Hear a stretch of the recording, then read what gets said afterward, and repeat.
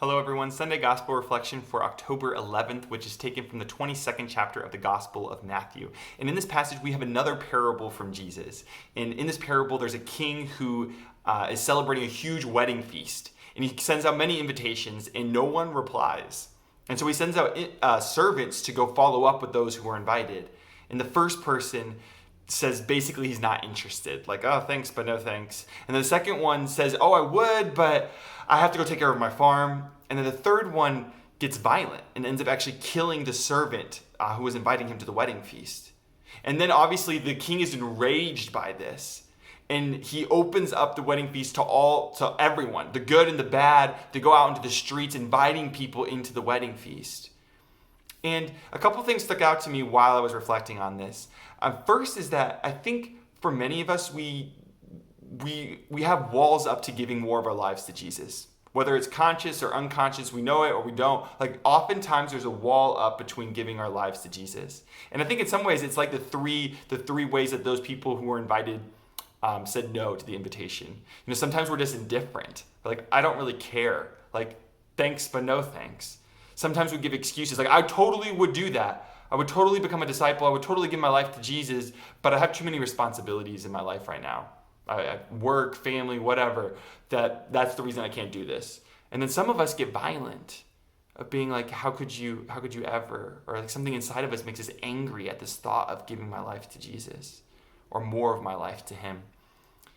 And then another thing that stuck out to me in this reflection was that the doors were open for all to come to this wedding feast, the good and the bad alike. And I was thinking, like, what separates those people that decided to go into the wedding feast from the people that gave excuses of why they wouldn't? And I bet for many of them, it was this absolute understanding that they need God, that this life is not enough, and that they were willing to come to the wedding feast because of this need, because of this realization that life isn't good enough. I want more. I'm created for more. I'm created for God. And I think that this is what separates us in those that want to become disciples and those who don't. You don't become a disciple unless you really realize that you really need God, because that you're willing to give your whole life to him from the place that you are at now. Whether you're caught in sin or you've been living a virtuous life, like, it comes back to this fundamental need that we need Jesus. And I was thinking about this too, is like, how do we know what the state of our hearts is at? Like, how do we know if we're living from this place of understanding that we need Jesus? And just reflecting, like, what occupies your heart right now? What do you desire? What do you ache for? What consumes your thoughts? What do you worry about?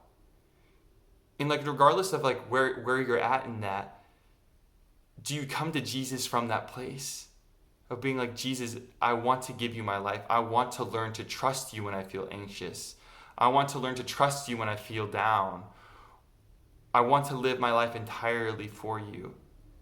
And I think when we start living from this place of understanding our constant need for God, we're predisposed to enter into the wedding feast. You know, it might be a period of waiting. We might have to wait for a long time before we experience that. But like, are we training our hearts to need God? Because he offers and promises us a fulfillment beyond our wildest desires. The wedding feast, which is heaven, where we finally rest in perfect joy and happiness. But let's be like those that respond quickly to the invitation and not those that give excuses. From all of us, St. John the Evangelist. God bless.